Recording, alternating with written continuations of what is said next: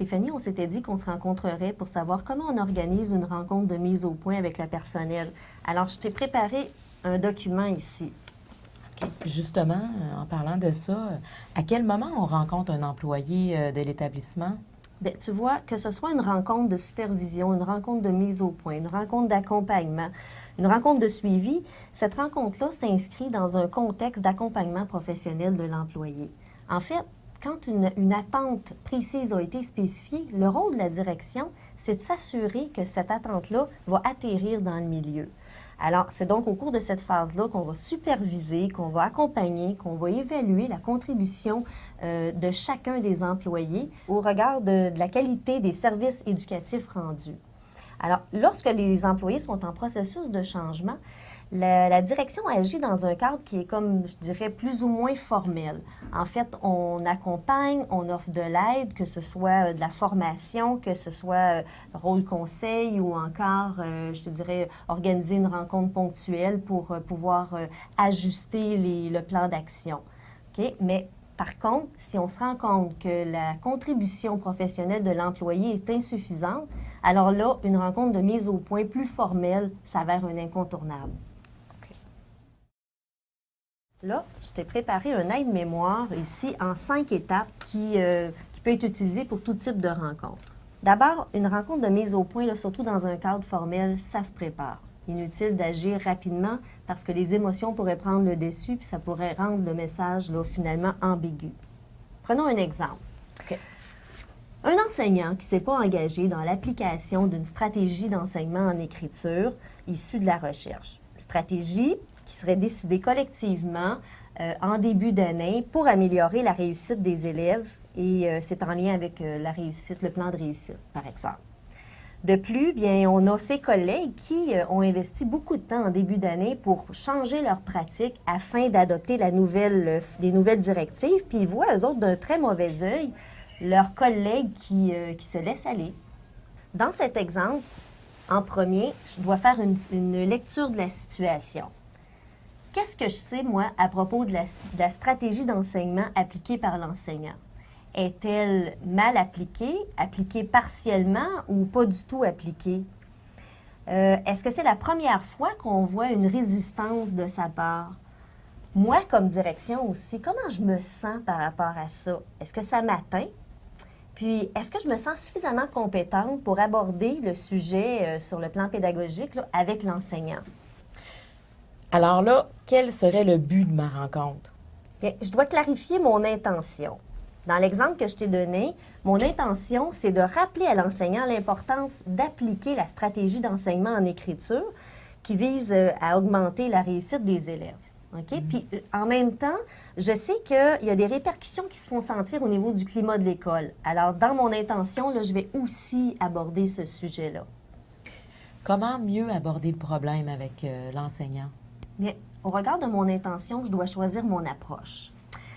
Est-ce que je me sens assez outillée pour agir dès maintenant?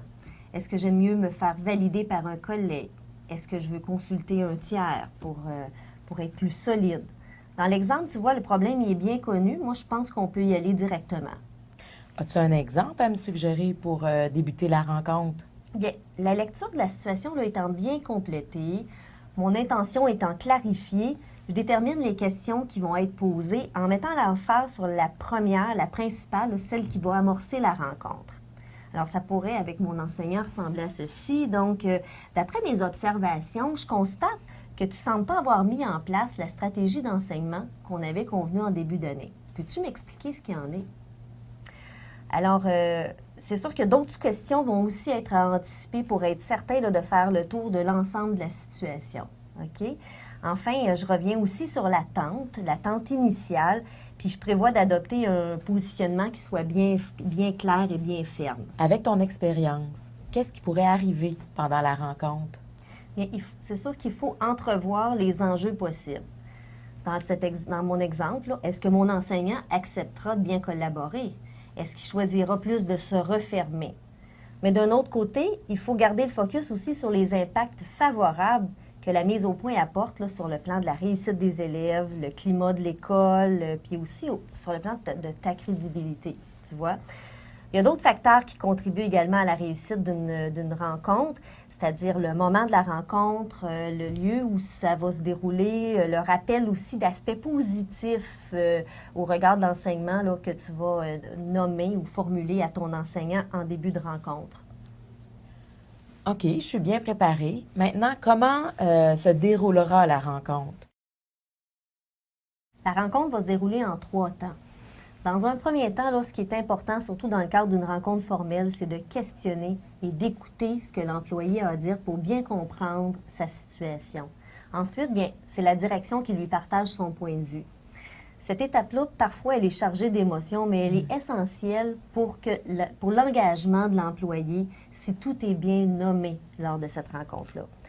La direction doit aussi ramener l'employé sur des faits et sur l'attente aussi qui est visée, l'objectif qui est visé si l'employé s'en éloigne. OK, comme le ramener sur l'application d'une stratégie en écriture issue de la recherche, stratégie qu'on a développée, choisie collectivement. Décidée collectivement, exactement. OK. Oui. Maintenant qu'on a compris la situation de part et d'autre, qu'est-ce qu'on fait? La direction doit redéfinir l'attente de façon ferme, puis demander à l'employé de préciser les modalités de son engagement. Comment s'y prendra-t-il, lui, pour répondre à l'attente? C'est à l'employé de déployer les modalités en fonction de son autonomie professionnelle. Le rôle de la direction va consister à lui rappeler ses obligations aux besoins et à préciser les indicateurs de réussite. Bon, dans l'exemple que je t'ai nommé, regarde, ça pourrait être comme ceci. Je m'attends à ce que tu me présentes ta planification globale et modifiée au plus tard dans 2 semaines.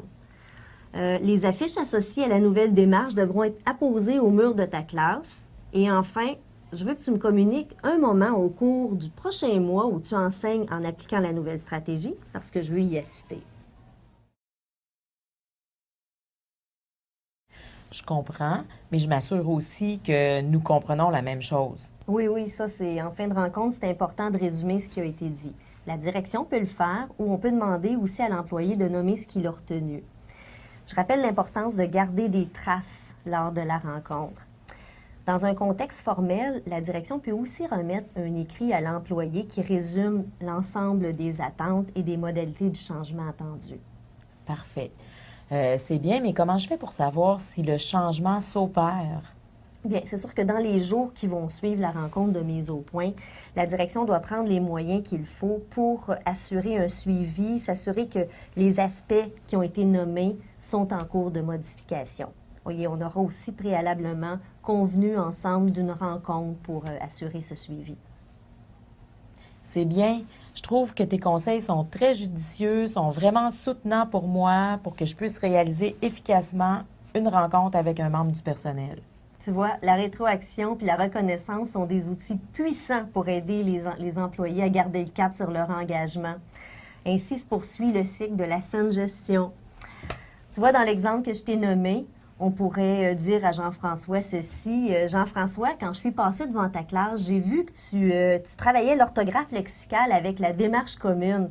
Les élèves semblaient vraiment intéressés. Bravo, tu es sur la bonne voie. Vraiment, je pense que c'est complet. Merci beaucoup, Josée, pour ton partage d'expérience. Un plaisir.